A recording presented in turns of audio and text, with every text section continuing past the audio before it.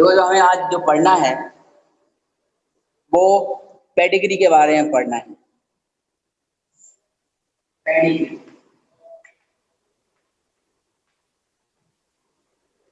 Pedigree में हम पढ़ते क्या है?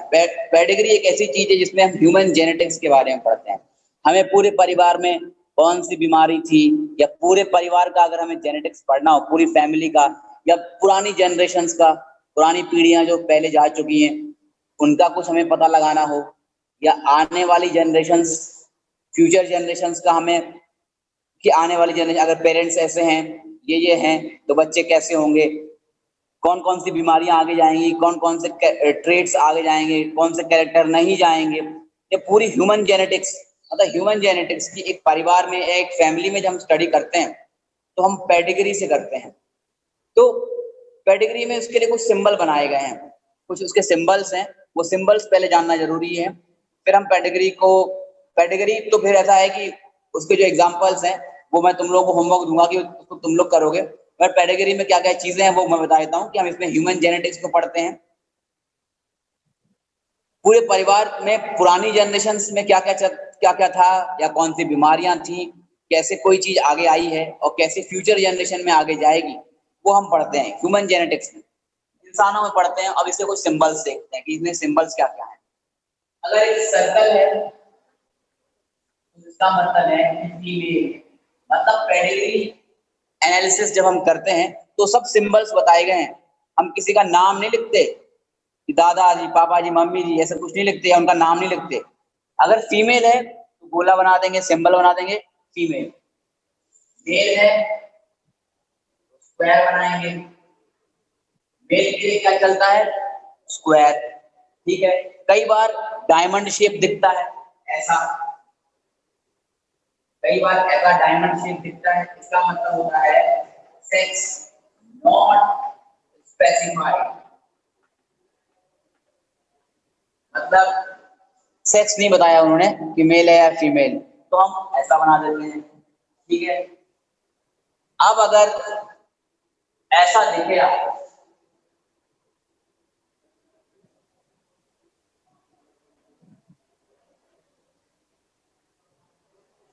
मतलब ऐसा डब्बा जैसा ये मेल के लिए था ऐसा मिले, लेकिन इसमें बीच में लाइनें हो, सब कुछ ऐसा भरा हुआ हो, सॉलिड हो अंदर से, तो क्या बोलेंगे? इसे इसे बोलेंगे अफेक्टेड मेल। अफेक्टेड मेल मतलब अब वो अफेक्टेड है, मतलब इसको कुछ इफेक्ट हो रखा है, ये बीमारी, इसको बीमारी है या कोई और प्रॉब्लम है, मतलब ये प्रभावित है उस चीज से, इसको अफेक्ट हो चुका है वो उस चीज का, अफेक्टेड है ये।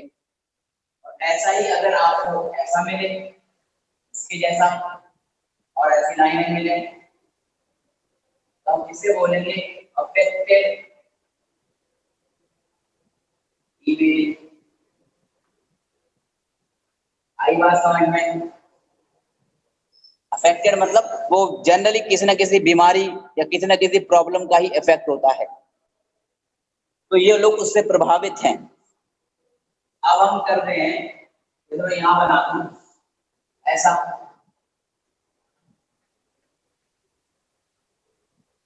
मतलब गोला है, सर्कल है, लेकिन वो आधा भरा है, यहाँ पूरा भरा था, यहाँ पूरा भरा था, यहाँ आधा भरा है। इसे क्या बोलेंगे? थोड़ा मैं टर्न कर दूं, इसे क्या कहेंगे? Carrier female.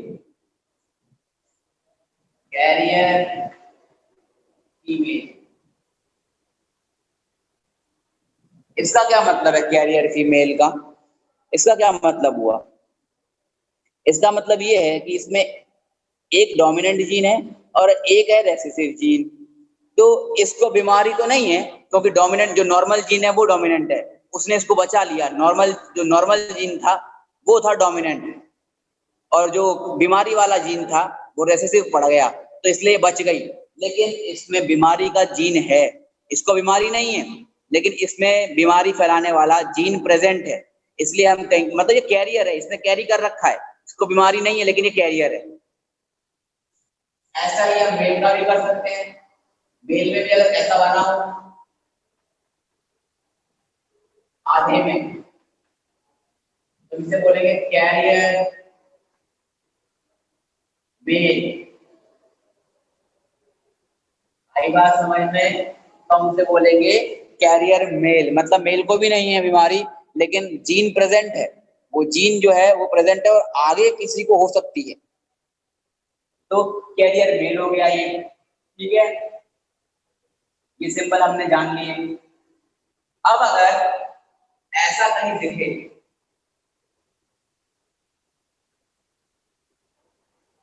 तो इसका क्या मतलब है? स्क्वायर और सर्कल दोनों एक लाइन से जुड़े हुए हैं, तो इन्हें हम बोलेंगे, इसे हम बोलेंगे मेटिंग। मेटिंग कह लो या रिप्रोडक्शन कह लो। मेटिंग हुआ, रिप्रोडक्शन हुआ, क्रॉस भी कह सकते हैं इसको, क्रॉस, या मैरिज भी कह सकते हैं इसको, मैरिज।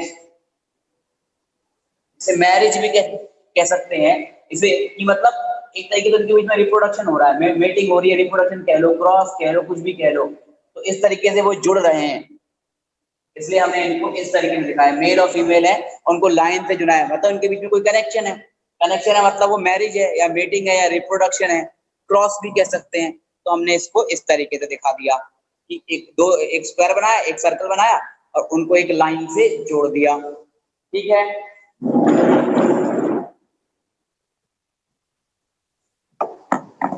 अब इसके बाद हम जो बात करने वाले हैं, अब अगर ऐसी लाइन आ जाए बीच में, ऐसी लाइन दिखाई दे, इसका क्या मतलब है? इसका मतलब है नेक्स्ट जनरेशन, इसका मतलब है नेक्स्ट जनरेशन। कैसे दिखाएंगे, कैसे शो करेंगे नेक्स्ट जनरेशन है? तो क्या करेंगे,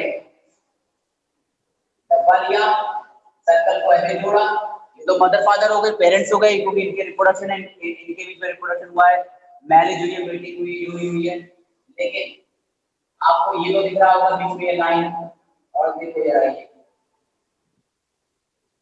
ये वो टी जगह शेप बन गया और इस लाइन से हमने जोड़ दिया इसको। अब मान लो कंडीशन आई ये,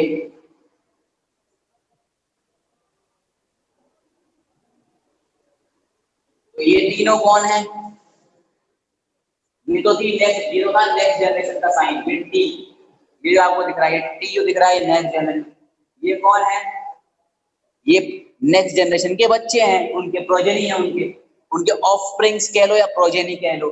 ये वाला बच्चा मेल है, मतलब पहला लड़का हुआ है उनको, और जो पहला है, जो सबसे बड़ा है, जो पहला, उसको पहले ही लिखेंगे, पहले मतलब लड़का हुआ है, फिर लड़की हुई है, फिर एक और लड़की हुई है, तो इसका सीक्वेंस भी ऐसे ही रहता है। मतलब जो सबसे बड़ा है उम्र में, या जो पहले हुआ है, उसको हम इधर ही लिखेंगे, फिर इधर, फिर इधर, जैसे भी हो, एक भी होगा, दो भी हो सकते हैं, तीन बच्चे भी हो सकते हैं, जैसा भी हो। ये मेल हो गया, ये फीमेल चाइल्ड है, ये भी फीमेल चाइल्ड है। आ गया समझ में? And how the participants and what the hell they are doing. Okay, participants तो है, लेकिन हमारा एक ही पार्टिसिपेंट है अभी, पता नहीं बाकी बच्चे कहाँ हैं आजकल।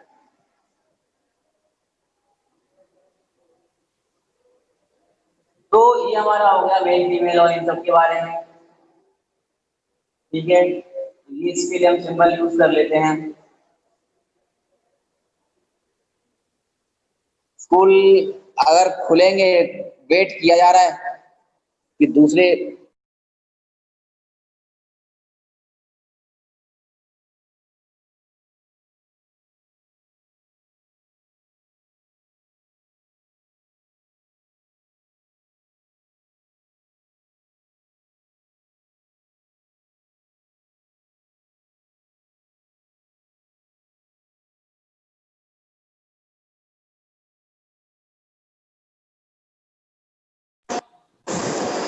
मैसेज आया स्कूल से आपको,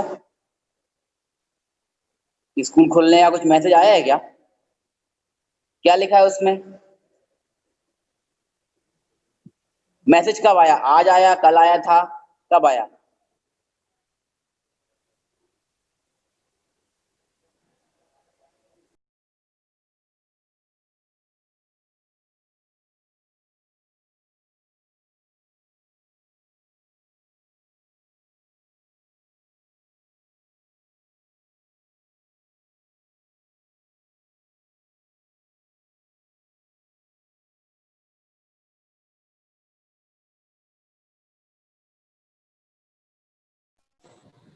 क्या लिखा है मैसेज में? क्या आया है रिटर्न में? क्या लिखा है उसमें?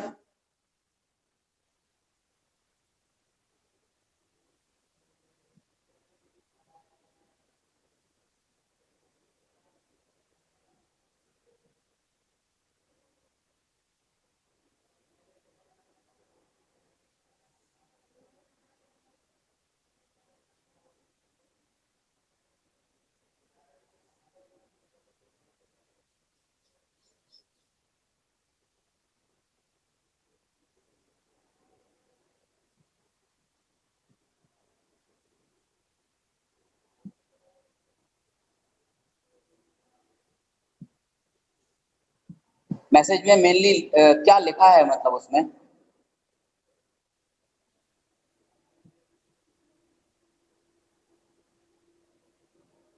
कब से, किस डेट से बुला रहे हैं वो लोग? कोई डेट बताइए कि 24 तारीख, 25 तारीख, 26, आज 23 है, तो कोई डेट बताइए उन्होंने कि कब से बुला रहे हैं।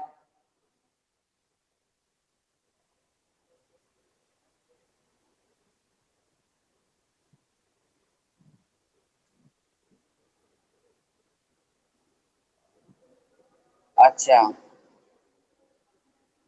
ओके, चलो देखते हैं। डेट नहीं बताई? कोई कोई आपको पर्टिकुलर डेट नहीं बताया कि किस डेट से आना है, मतलब किस डेट से आ सकते हैं? कल से ही आ सकते हैं या परसों से? डेट हमें नहीं मालूम है। अभी तो मैसेज यहाँ बनाया गया होगा, अभी हम जाके देखेंगे कि क्या कह रहे हैं लोग। ओके, चलो देखते हैं। अगर सब कुछ ठीक रहता तो आप लोगों को आने का मन है, पेरेंट्स अगर अलाउ करें, कर रहे हैं, तो क्योंकि पेरेंट्स को थोड़ा रिटर्न में देना पड़ेगा। पेरेंट्स अगर रिटर्न में देते हैं तो अलाउ है, बिकॉज पूरी रिस्पॉन्सिबिलिटी सब स्कूल की नहीं होगी। नहीं तो कुछ गड़बड़ हो तो बाद में कुछ स्कूल पे आ जाए, इसलिए आपको पहले परमिशन, इसलिए पेरेंट्स अलाउ करेंगे तभी। अगर पेरेंट्स कह देंगे और वो रिटर्न जो फॉर्म जो है उस पे एक फॉर्म दिया जाएगा शायद, वो फॉर्म पे वो साइन करते हैं तो हो जाएगा, तो अब आ सकते हैं। पेरेंट्स अगर अलाउ कर देंगे और उस फॉर्म पे साइन कर देंगे। हाँ, तो हो जाएगा, तो आप आ सकते हैं। हाँ, वो रिटर्न में लिया जाएगा कि बच्चे की रिस्पॉन्सिबिलिटी, स्कूल तो है, स्कूल की तो है, लेकिन वो केवल अकेले स्कूल की नहीं है, वो पेरेंट्स की भी है, इसीलिए रिटर्न में लिया जा रहा है कि कल को मतलब कुछ भी अगर ऐसा कुछ हो तो ऐसा ना हो कि आप ही ने बुलाया था, आप ही ने खोल दिया, इसलिए हमारे बच्चे को हो गया। तो ये हमारा था जो हमने अभी देखा। इसमें कुछ सिंबल्स और भी हैं, इसमें कुछ सिंबल्स और भी हैं जो मैं यहाँ पे बता देता हूँ, बता देता हूँ।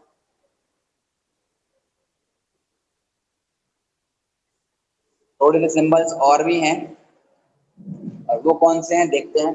वो सिंबल ट्विंस के हैं, ट्विंस। अगर जुड़वा है और ट्विंस है लेकिन नॉन आइडेंटिकल है, ट्विंस हैं, नॉन आइडेंटिकल ट्विंस को कहते हैं डाइजाइगोटिक, मतलब वो कहीं ना कहीं दो जाइगोट, दो अलग अलग जाइगोट से बने ट्विंस होते हैं। तो ऐसे ट्विंस जो दो अलग अलग जाइगोट से बने होते हैं उन्हें हम कहते हैं डाइजाइगोटिक ट्विंस। उनको ऐसे दिखाते हैं, उनको ऐसे दिखाया जाता है कि मान लो पेरेंट्स मदर फादर लाइन पे जुड़े हैं और वो ट्विंस भी ऐसे ट्रायंगल वाली ऐसी नीचे वाली लाइन पे जुड़े हैं, लेकिन गोल गोल है, मतलब दोनों लड़कियां हैं। ठीक है, अगला केस ये हो सकता है,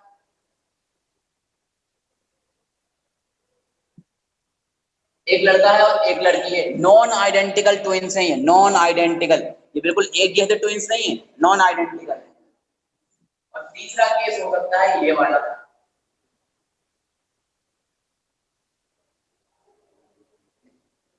तीसरा केस हो सकता है ये वाला, पेरेंट मदर फादर और दोनों ही लड़के हैं, दोनों ही बॉयज हैं, पूरी स्क्वायर देख रहे हैं, मदर फादर, एक लड़का है लड़की, और तीसरा केस है दोनों ही लड़कियां हैं। तो ये केस होता है ट्विंस को ऐसी लाइन बनाकर उनको नीचे से दिखाते हैं, मतलब मदर फादर से निकल के बीच में से लाइन निकाल दो और छोटे गोले या जैसा भी उनके बच्चे हों वैसे हम दिखाते हैं, तो इन्हें हम कहते हैं नॉन आइडेंटिकल ट्विंस। अब एक और होते हैं जिन्हें जिन्हें कहते हैं आइडेंटिकल ट्विंस, वो बिल्कुल एक जैसे होते हैं। वो आइडेंटिकल ट्विंस उन्हें क्यों कहते हैं? क्योंकि वो एक ही जाइगोट से बनते हैं, ये दो जाइगोट से बन रहे थे, इसलिए इनको मैंने ये कहा डाइजाइगोटिक, नॉन आइडेंटिकल और डाइजाइगोटिक। लेकिन जो कुछ होते हैं वो मोनोजाइगोटिक होते हैं, एक ही जाइगोट होता है उनमें। उनको कैसे दिखाते हैं? उनको ऐसे दिखाते हैं, मैंने बीच वाला मिटा दिया, इसका एक कारण है, मैंने बीच वाला क्यों मिटाया? क्योंकि जब मोनोजाइगोटिक जब बच्चे पैदा होते हैं तो उनका सेक्स, अगर लड़कियां हैं तो दोनों लड़कियां होंगी और लड़के हैं तो दोनों लड़के होंगे। डाइजाइगोटिक में ये होता है कि एक लड़का एक लड़की होता है, लड़की लड़की लड़का लड़का सब होता है। लेकिन मोनोजाइगोटिक में अगर जो दोनों होंगे या तीनों जितने भी होंगे सबका सेक्स एक ही होगा, या तो सबकी सब लड़कियां होंगी या सबके सब लड़के होंगे। तो अब उनको दिखाते हैं ऐसे, बीच में एक लाइन और खींच देते हैं, इन बच्चों को जोड़ने वाली, इन बच्चों को जोड़ने वाली बीच में एक लाइन और ड्रॉ कर देते हैं, तो ये हो जाते हैं आइडेंटिकल ट्विंस। इसमें दोनों लड़कियां हैं और इसमें दोनों लड़के हैं, तो इन्हें हम कहते हैं क्या? आइडेंटिकल ट्विंस और मोनोजाइगोटिक ट्विंस। ठीक है, कई बार ऐसा दिखाया जाता है, ब्रैकेट लिया है तो ब्रैकेट बना के, ब्रैकेट के अंदर स्क्वायर होता है, ब्रैकेट के अंदर स्क्वायर है, इसका मतलब है वो जो बच्चा है वो एडॉप्टेड है। एडॉप्टेड मतलब गोद लिया हुआ है, उन पेरेंट्स का खुद का बच्चा नहीं है, किसी से गोद लिया है उसको, कहीं से किसी दूसरे लोगों से, तो वो इसको दिखाते हैं ऐसे। और कई बार ऐसा भी आता है, ऐसा सर्कल है, स्क्वायर है, लेकिन बीच में से कटा हुआ है, बीच में से लाइन खींची हुई है, इसका मतलब है उन पर्सन की डेथ हो चुकी है, मतलब अब वो फैमिली में नहीं है। क्योंकि भैया हम इस पेडिग्री में पढ़ते क्या है, चले परिवार जो कैसा चला आ रहा है उसमें कौन कौन सी चीजें चली आ रही हैं, बीमारियां हैं तो क्या चली आ रही हैं, या वो फ्यूचर जनरेशन में कैसे जाएंगी। तो अब पुरानी पीढ़ी की पढ़ेंगे तो हमें जो डेथ हो चुकी है, जो लोग अब नहीं है, उनको अगर वो मेल हैं, लड़का था, आदमी था, या कोई कोई भी दादाजी थे, तो उनको ऐसे दिखाएंगे, और फीमेल की डेथ हुई है तो फीमेल को इस तरीके से दिखाएंगे। आ गया, ये सारे के सारे सिंबल्स थे पेडिग्री के, ये सब सिंबल्स थे पेडिग्री के। तो ये सिंबल्स बार बार जब पेडिग्री की आप एनालिसिस करोगे तो आपको बार बार ये सिंबल्स यूज करने पड़ेंगे। आ गया समझ में ये सारा, पेडिग्री के सारे सिंबल्स समझ लिए?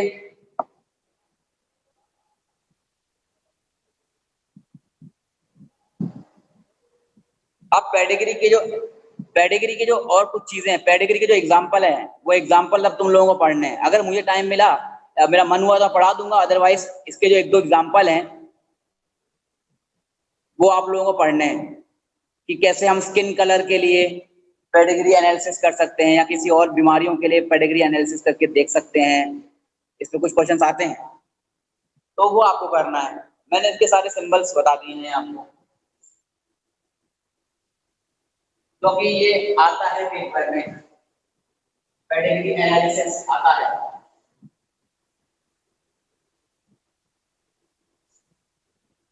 अब हो सकता है कि शायद से मैं कल से आपको नया चैप्टर, ये पहला चैप्टर था जेनेटिक्स का, इसका नाम था principles of inheritance and variation. अब जो अगला चैप्टर है वो इम्पोर्टेंट है, वो है मॉलिक्यूलर बेसिस ऑफ इनहेरिटेंस। जो अगला चैप्टर है मॉलिक्यूलर बेसिस ऑफ इनहेरिटेंस, तो हम उसे भी स्टार्ट करेंगे। और अब एक लास्ट हेडिंग छोटी सी, जायंट क्रोमोसोम्स। जायंट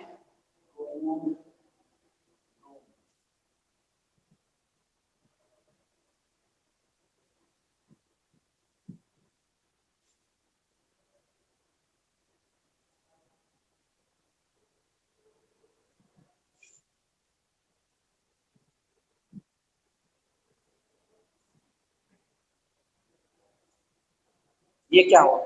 जायंट का मतलब ये होता है बहुत बड़े क्रोमोसोम्स।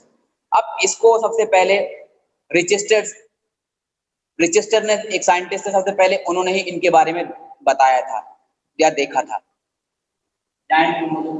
अब उन्होंने वर्ड दिया, ठीक है, इसको हम जायंट क्रोमोसोम को पॉलीजेनिक क्रोमोसोम्स भी कहते हैं। और ये कुछ एनिमल्स के सलाइवरी ग्लैंड्स में मिलता है, कुछ एनिमल्स के सलाइवरी ग्लैंड्स में पाया जाता है, जैसे कि ड्रोसोफिला, जिसे फ्रूट फ्लाई कहते हैं, उड़ने वाली मक्खी, उसके सलाइवा में पाया जाता है। तो इसका एग्जांपल जिनमें पाया जाता है, किसके सलाइवरी ग्लैंड्स में? ड्रोसोफिला के सलाइवरी ग्लैंड्स में ये पाया जाता है, ठीक है।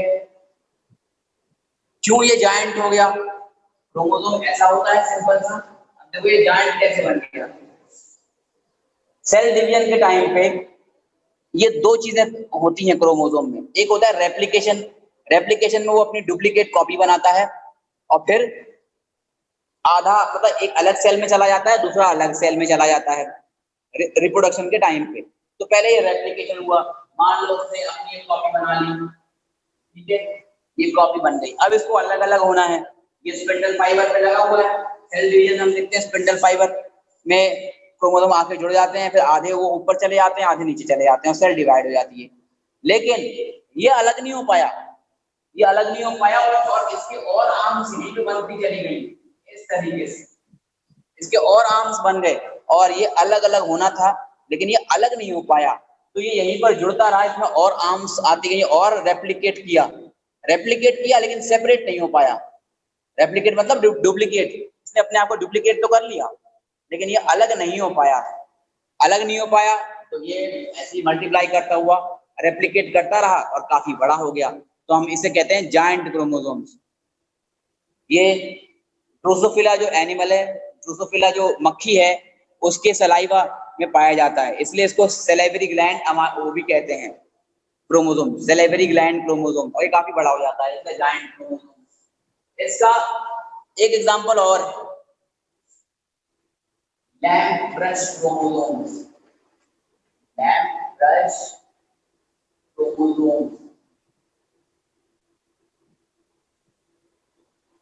ये वर्टिब्रेट्स, जो कुछ जैसे अपन लोग वर्टिब्रेट्स हैं और बाकी एनिमल्स हैं वर्टिब्रेट्स, उनके oocytes में, उनके एग जो होता है, फीमेल के ओवरी से जो एग निकलता है, उसके एग में, उसके oocytes में लैम्प ब्रश क्रोमोसोम्स पाए जाते हैं। लैम्प ब्रश क्यों नाम है? जैसे लैम्प ब्रश होता है, जो लैंप होता है जिसमें साइड साइड में कांच लगा होता है, अंदर दिया जलता है। जो लैंप आते हैं मिट्टी के नहीं, जो लालटेन जैसी रहती है, जो पहले आते थे, तो वो अंदर से जब उसके जो वो दिया जलता है, तो उसका कांच पूरा काला हो जाता है। तो उसको साफ करने के लिए ब्रश आता था, अभी भी आता है ब्रश, वो ऐसा होता था, वो ब्रश इस तरह का, उस पे कुछ ऐसा स्ट्रक्चर पाया जाता है। तो ये जो क्रोमोसोम्स हैं, ये क्रोमोसोम्स ऐसे पाए जाते हैं कि जैसे कि वो ब्रश हो, और उस ब्रश से वो कांच के उसको साफ कर रहा हो, दिया जो काला पड़ जाता है उसको, तो इसलिए इनको नाम दिया गया लैम्प ब्रश क्रोमोसोम्स, और ये ऐसे दिखते हैं। तो इसी कारण ये भी बहुत बड़े हो जाते हैं, ये भी बिल्कुल जायंट हो जाते हैं, काफी बड़े हो जाते हैं, तो इनको इसलिए जायंट क्रोमोसोम्स कहा गया है। कहाँ ये मिलते हैं? ये मिलते हैं इन oocytes